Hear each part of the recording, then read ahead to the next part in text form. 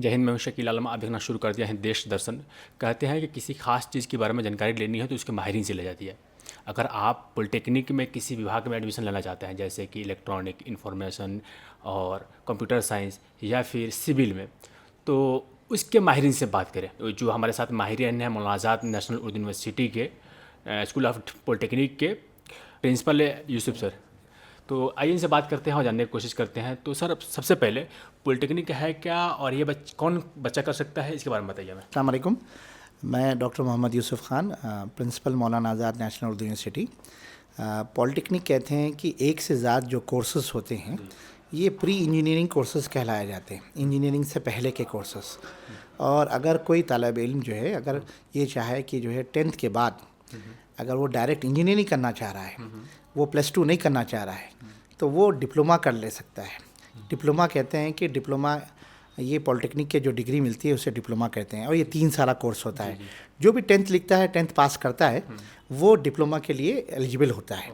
और पॉली कहते हैं एक से ज़्यादा कोर्स, जैसा अभी आपने बताया कि हमारे पॉलिटेक्निक हैदराबाद मौलाना आज़ाद नेशनल यूनिवर्सिटी हेडक्वार्टर्स पे यहाँ के पॉलिटेक्निक में जो है 4 कोर्सेज़ है, जैसा diploma in electronics and communication engineering, civil engineering, information technology और कंप्यूटर साइंस एंड इंजीनियरिंग।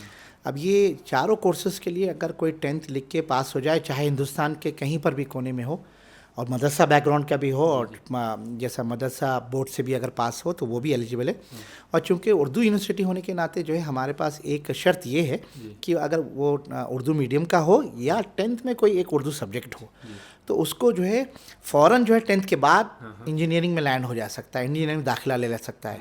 जैसा इंजीनियरिंग जो है फरमाते हैं कि इंजीनियरिंग का जो है एक ब्रीफ जो है आपको पहले पढ़ाया जाता है। यानी जो कि अगर जो डिप्लोमा करके फिर इंजीनियरिंग में दाखिला लेना चाह रहा है तो उसको डायरेक्ट सेकेंड ईयर में मिल जाता है। लिहाजा 10th के बाद फ़ौरन मौका है, अगर कोई चाह रहा है कि इंजीनियरिंग, जिसे प्री इंजीनियरिंग स्कूल भी कहा जाता है, वो उसमें दाखिला लेने के लिए फ़ौरन जो है उसको 10th पास करना है और हमारा एंट्रेंस देना है। एंट्रेंस में अगर क्वालिफाई हो जाए, और मौलाना आज़ाद नेशनल यूनिवर्सिटी के तहत जो है 5 पॉलिटेक्निक है। एक हेडक्वार्टर्स हैदराबाद में, एक कडप्पा में है जो आंध्र प्रदेश में है, एक कटक उड़ीसा में है, एक जो है दरभंगा बिहार में है, और एक बेंगलुरु में है, बेंगलुरु यूनिवर्सिटी के अंदर है, उनके जो कैंपस के अंदर है ये। सर, इस कोर्स करने के बाद बच्चे किस किस फील्ड में जा सकते हैं, इसकी अपॉर्चुनिटी क्या है? ये देखिए, हिंदुस्तान में, सारी दुनिया में जो है आजकल स्किल का बहुत डिमांड है, वोकेशनल कोर्सेज, स्किल कोर्सेज का।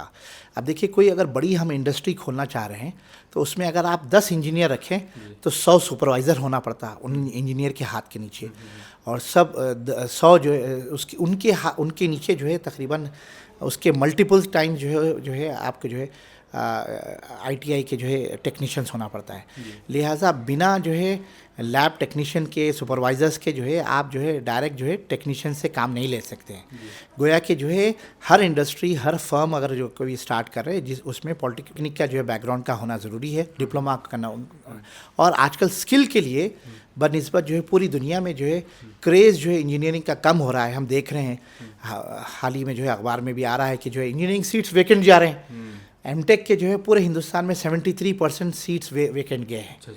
आंध्र प्रदेश में भी, तेलंगाना में भी। तो इससे बच्चे जो है इंजीनियरिंग की तरफ नहीं जा रहे हैं, बल्कि जो है स्किल कोर्सेज 10th के बाद कोई एक स्किल पॉलिटेक्निक कोर्स कर लिए हैं, या सिविल का लिए है, IT का लिए, कंप्यूटर साइंस का लिए, तो फ़ौरन उनको जो है जॉब मिलना आसानी हो जा रहा है। और दूसरी बड़ी बात यह है कि जो डिप्लोमा कर लें, पूरे हिंदुस्तान में एक रूल है, एक एंट्रेंस होता है जिसके तहत डिप्लोमा करने के बाद वो फ़ौरन सेकेंड ईयर इंजीनियरिंग में दाखिला होता है। एक एंट्रेंस जिसे कहते हैं ESET कहते हैं हमारे तेलंगाना में।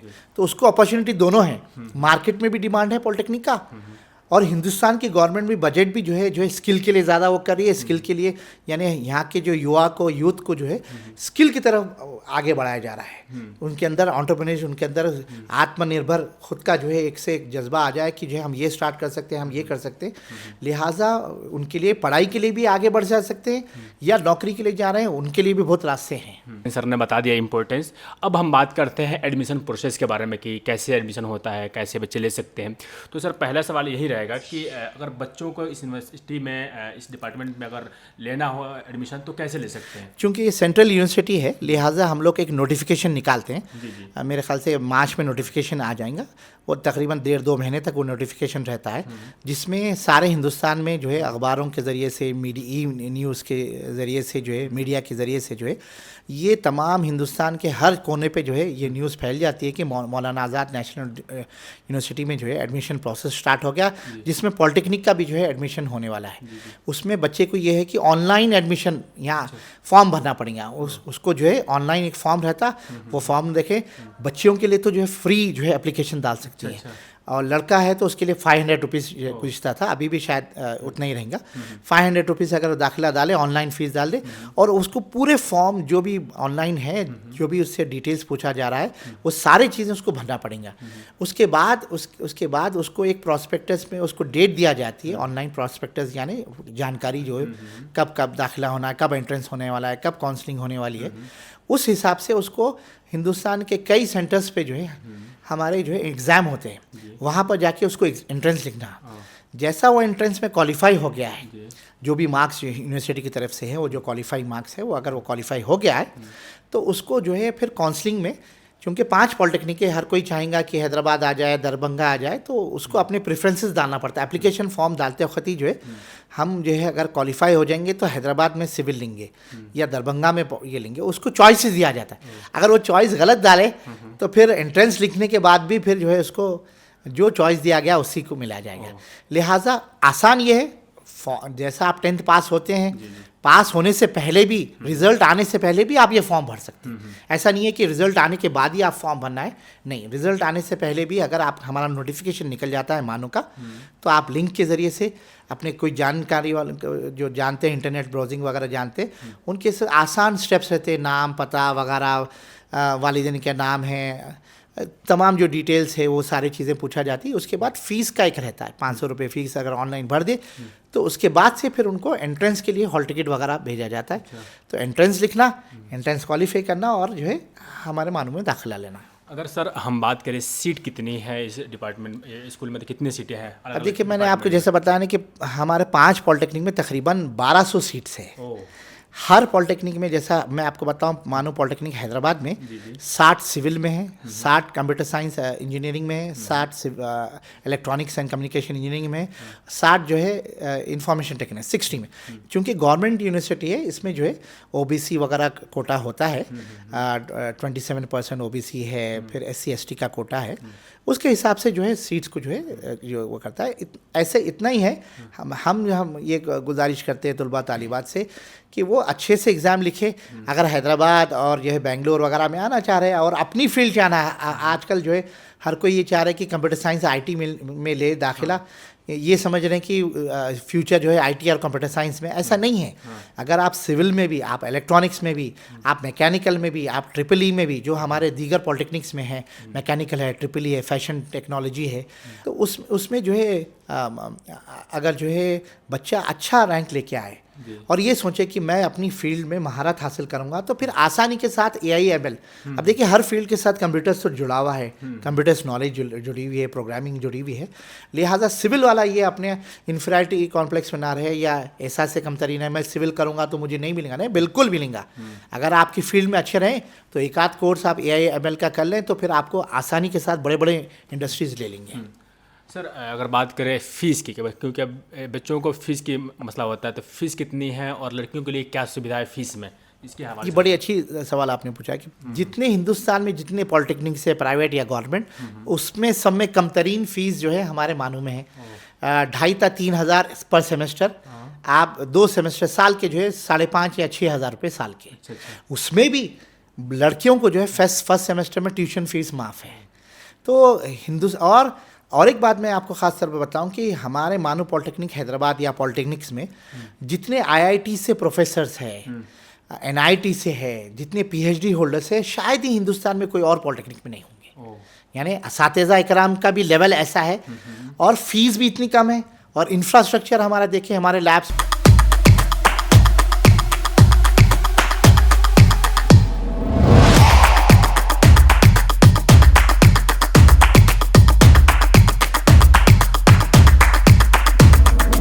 हमारी लाइब्रेरी शायद हमारी लाइब्रेरी आप देखेंगे तो एक कोई कॉलेज की बिल्डिंग भी आ जाती है। 500 स्क्वायर यार्ड्स पे हमारी लाइब्रेरी है, हमारा कमेटी रूम है, हमारे लेबोरेटरीज है।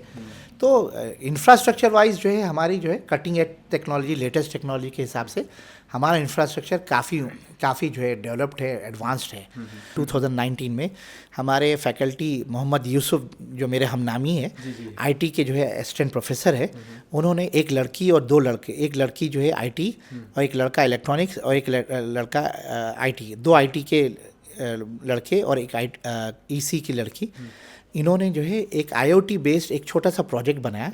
गवर्नमेंट की एक एआईसीटी की स्कीम थी कि आप विलेज की इनकम को टेक्नोलॉजी के ज़रिए से कैसा बढ़ा सकते हैं।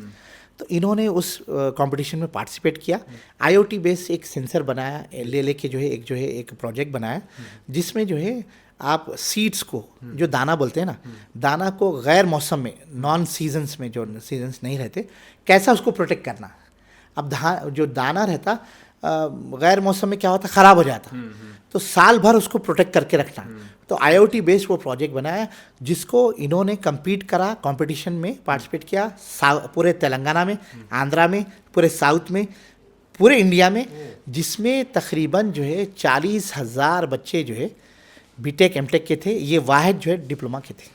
तो इनको चतरा विश्वकर्मा अवार्ड मिला है, जो हमारे एंट्रेंस में हमने इसको लगाया। ये हमारी यूनिवर्सिटी का फर्स्ट एकेडमिक अवार्ड 2019 में मिला है। हैदराबाद बहुत महंगा शहर है, टॉप 5 हिंदुस्तान के टॉप 5 शहरों में से आता है।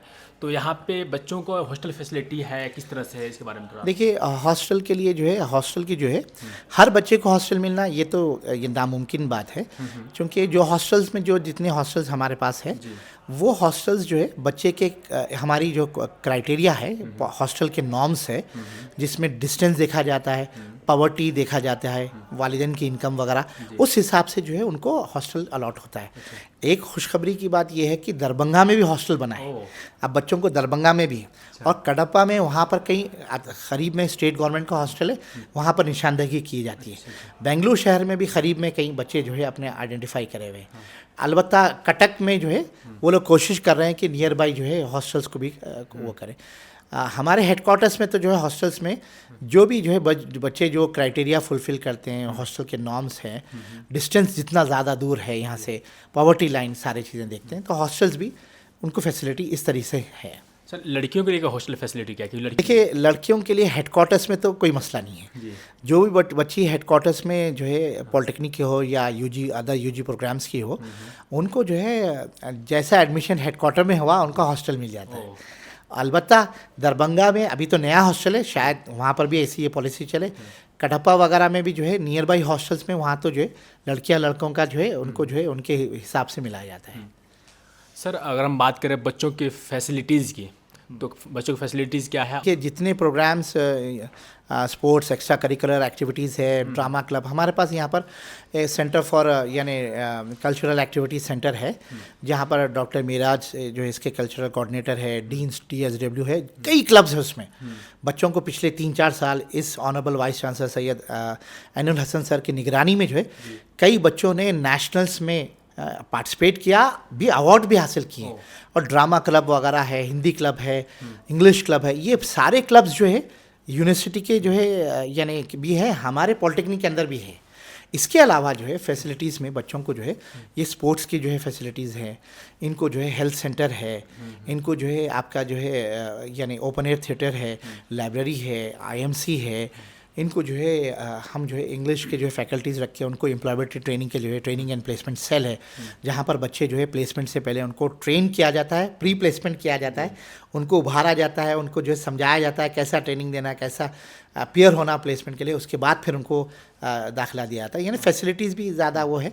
उसके साथ साथ जो है NCC है हमारे पास हेडक्वार्टर्स में, और अभी थोड़ी देर पहले हमारे 4 पॉलिटेक्निक हैदराबाद के बच्चे नेशनल्स के लिए सेलेक्ट हुए हैं। एक उनका ये एक यानी कैंप है, नेशनल कैंप दिल्ली में है।